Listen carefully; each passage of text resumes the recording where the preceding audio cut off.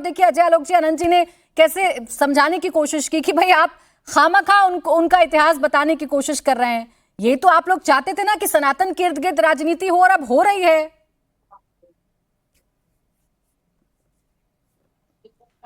देखिए, किसी का इतिहास हमें बताने की जरूरत नहीं है। इतिहास एक ऐसा कड़वा सच है जो हमेशा सबके सामने रहता है, बस उसको याद दिलाया जाता है।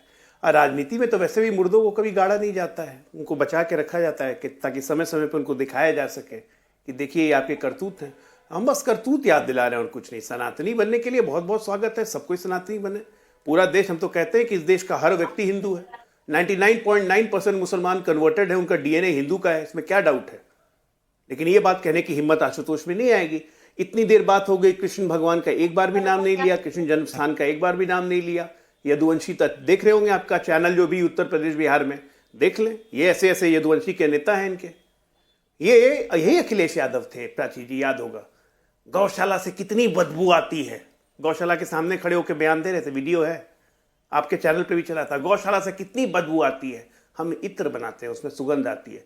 तो भाई जाओ, अभी गौ माता को राष्ट्रीय सम्मान। तो यही सब मैं कहता हूं ना कि सीआर की शादी हो रही है, तो यही सब हरकत है, अपनी पुरानी हरकत, आज की हरकत देख लीजिए। कहीं ऐसा नहीं हो गुरुदेव, ओवैसी बाबू भी आ रहे हैं, कहीं ऐसा नहीं हो अखिलेश का ना माया मिली न राम, भाईजान भी छोड़ जाएंगे, इधर तो कुछ मिलने वाला नहीं है। लेकिन अजय आलोक जी, उनकी चिंता मत करिए। तरह सलातनी सनाती करना बंद कर दिया। आपने कह दिया बी टीम भेज रहे हैं, आपने कह दिया बी टीम भेज रहे हैं, मतलब ओवैसी के दम पे आप चुनाव जीतोगे क्या? हाँ, सनातनी करते रहेगा, भाईजान छोड़ के भाग जाएगा।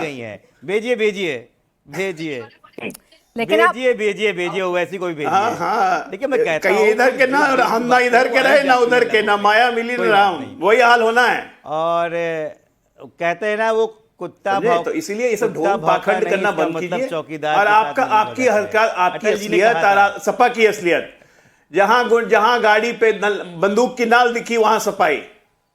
आपका क्या परसेप्शन है यूपी में? ये ना कि जहां जिस गाड़ी में बंदूक की नाल दिखे, समझ जाओ सफाई। जहां गुंडागर्दी वहां सफाई। जैसे आरजेडी का परसेप्शन है, वैसे ही आपका परसेप्शन है। हमें कहां मेहनत करने की जरूरत है आशुतोष जी? लेकिन अजय आलोक जी, अजय आलोक जी, अखिलेश यादव कह रहे हैं कि आपके भी आर्काइव और रिकॉर्ड उनके पास हैं, उसको भी जनता के सामने रख देंगे तो पता चल जाएगा कि गौ माता पर आप लोगों का स्टैंड क्या रहता है और अब क्यों पीछे हट रहे हैं। अखिलेश यादव जी जो आपसे मांग कर रहे हैं, राष्ट्रीय सम्मान दिलाने की बात कर रहे हैं, प्राची जी, तो दिक्कत क्या है? वो तो आपकी लाइन लेंथ पर बात कर रहे हैं ना। वो कह रहे हैं कि राष्ट्रीय पशु घोषित कर दो। एक मिनट, फिर आ रही हूं आशुतोष जी। वो कह रहे हैं कि गाय को राष्ट्रीय पशु घोषित कर दें। हम गौ माता कहते हैं और उसको हम राष्ट्रीय पशु घोषित कर दें। अपनी मां के बारे में यही सोचते हैं कि राष्ट्रीय पशु घोषित कर दें। ये बात योगी जी ने मंच से कही थी, मुख्यमंत्री जी ने, कि गाय के बारे में, इनकी गाय माता के बारे में इनके क्या विचार हैं। इसी से पता चलता है कि उसको राष्ट्रीय पशु घोषित करने की मांग कर रहे हैं। गलत है ये। हमारे सांस्कृतिक पुराणों में गाय माता का महत्व है, उसको राष्ट्रीय पशु नहीं घोषित किया जा सकता। जिसको अपनी सांस्कृतिक विरासत पे गर्व नहीं है, वही ऐसी बात करेगा। आशुतोष जी, इनको क्या मतलब है गाय से? कटवाते थे ये गाय खुलेआम। देखिए ये विधायक थे भाई साहब, इनको अवैध बूचड़ खाना का मतलब समझ में नहीं आता। ठीक तो बोल रहे थे रोहित जी, सुना भी कीजिए। बूचड़ खाना और अवैध बूचड़ खाने में अंतर नहीं है।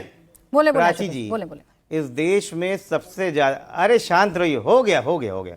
इस देश में सबसे बड़ा बीफ एक्सपोर्टर अलायंस ग्रुप, जिसका हेडक्वार्टर महाराष्ट्र में है, भाजपा द्वारा पोषित है और उसकी सारी कंपनियां उत्तर प्रदेश में हैं, वो भाजपा का है। भाजपा में 2012-13 में 2 करोड़ का दान देता था और 2024 में उसने सबसे बड़ा दान 30 करोड़ का दिया है, ये भाजपा को दिया है।